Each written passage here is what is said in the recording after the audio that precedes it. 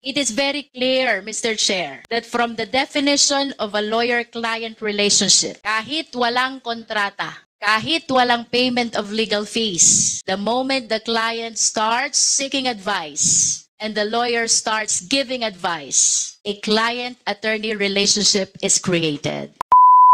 It is very clear, Mr. Chair, our resource speaker, that he is lawyering for Cassandra Ong. Lucky South is not a natural person. It is a juridical person. The only way to talk with a lawyer is through a representative, and that is Cassandra Ong.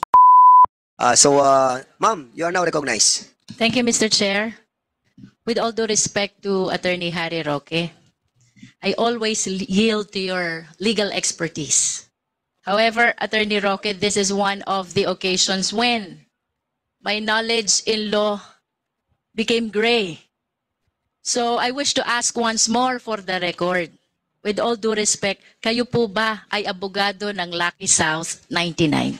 Hindi po, wala po akong attorney-client relationship sa kahit sino na shareholder or officer ng Lucky Star. From that Lucky South. answer of Attorney Roque, Mr. Chair, I wish to share to the committee the case of Eusebio Sison versus Attorney Lourdes Dumlao. This is AC number 11959, April 28, 2021. If I may quote,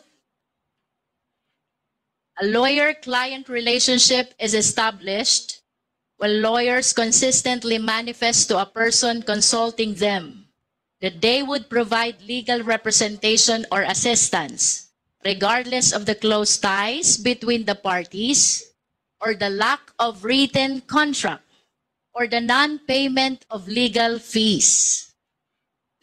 It is very clear, Mr. Chair, that from the definition of a lawyer-client relationship, kahit walang kontrata, kahit walang payment of legal fees, the moment the client starts seeking advice and the lawyer starts giving advice, a client-attorney relationship is created. Can we be enlightened on this, Mr. Chair, from Attorney Roque? Attorney Roque, you are now recognized. Mr. Chair, tama po yun. Ang problema, wala pong kahit anong konsulta na nangyari sa panig ko at sa kahit kanino sa panig po ng Lucky South. Kaya miski wala pong bayad, wala pong kontrata, wala rin po kaming komunikasyon. Dahil ang komunikasyon ko po, lahat po yan ay kay Cassie Ong lamang. I understand, Mr. Chair, that a statement of Attorney Roque, he was never consulted by Lucky South 99, but he has been repeating a while ago that Cassandra Lee Ong is the representative of Lucky South 99. Is it not that the consultations made by Representative Ong with Attorney Roque, the consultations as well that was made by Lucky South 99 with Attorney Roque, Mr. Chair? Mr. Chair, gaya ng aking sinabi po kanina, ang aking attorney-client relationship ay kay Cassandra Ong at kay Whirlwind. Dahil sila po ay umakto bilang ahente ng Lucky South, pero hindi ko po naging kliyente ang Lucky South. Para po siguro malinaw, it is an instance where both Whirlwind and Lucky South will benefit kung magtutuloy ang negosyo ng Lucky South. Kasi kung wala naman po Lucky South, useless yung pinatayong premises ng Whirlwind. At kung wala naman ng Whirlwind, wala ring uupahan ang Lucky South. Pero pagdating po sa attorney-client relationship, dapat meron man lang komunikasyon sa panig ng abogado at ng kliyente, whether or not there is a written agreement, whether or not there is bayad. Pero wala po talagang ganon dahil limited lang ako kay Cassie Ong. Mr. Chair, I just wish to remind our resource speaker that I think there were 3 members of the committee who have been delving on this question, and repeatedly, Attorney Roque stated that he is lawyering for Cassandra Ong. Cassandra Ong is the representative of Lucky South 99. And it is really hard to conceive how he can separate himself from Lucky South 99 if his client is representing no less than Lucky South 99. Lucky South is not a natural person. It is a juridical person. The only way to talk with a lawyer is through a representative, and that is Cassandra Ong.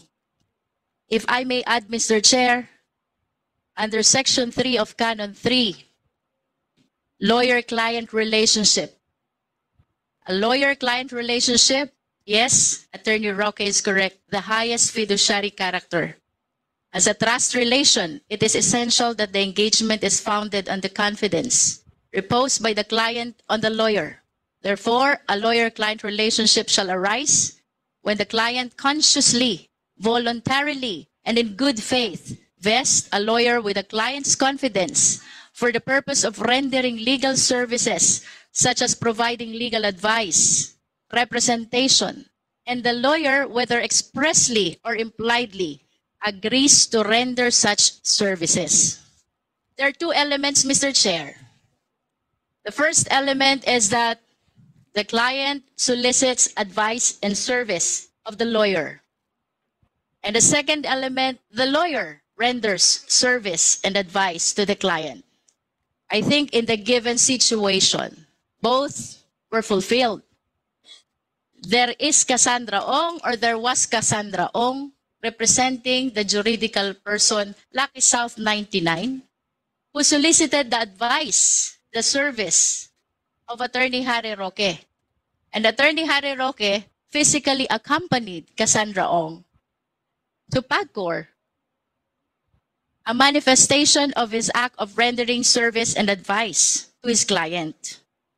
I humbly submit, Mr. Chair, that I think there are sufficient legal provisions to establish that a lawyer-client relationship was indeed created with Lucky South 99, Mr. Chair.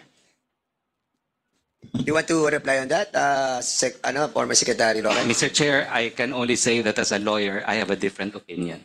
I acknowledge that there is lawyer-client relationship between me and Cassie Ong as representative of Whirlwind, who in turn acted as agent for Lucky South. But that does not mean that Lucky South gave me their trust and confidence to represent me, and I will repeat it. Kung kukunin po nila ako to quash the raid on their property, I will readily accept it. Pero yun nga po, hindi nila gagawin yun.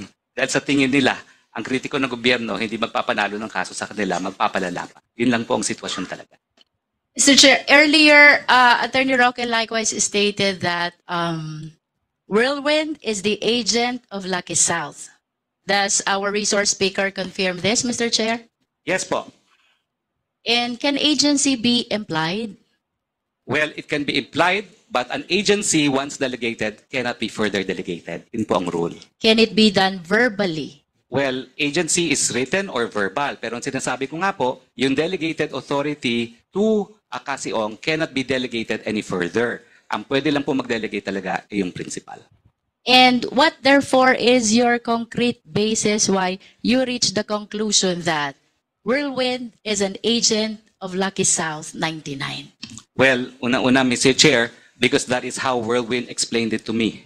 And under the circumstance na sila nagpapaupa ng property nila at may interest sila na magpatuloy ang negosyo ng Lucky South, nakita ko naman po kung ano interest din ng Whirlwind.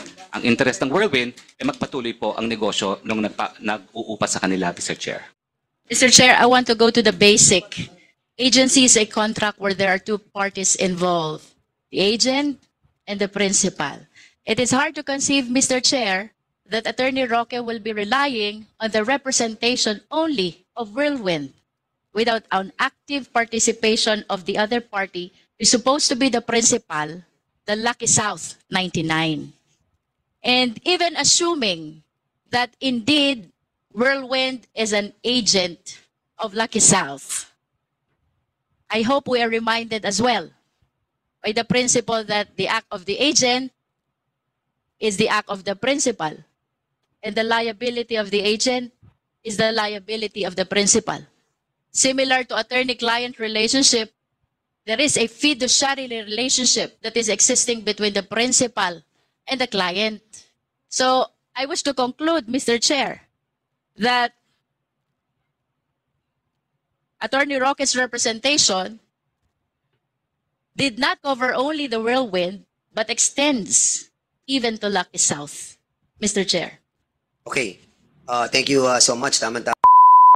Umani naman ito ng iba't ibang reaksyon mula sa ating mga netizens. Ayon kay Lamas Dio, Attorney Luistro is professionally efficient lawyer. Simply the best. Good job, attorney. Pahayag naman ni Roberto Lovia, panes si Attorney Roque. Natulala na lang dahil napatutuhanan siya ni Attorney Luistro.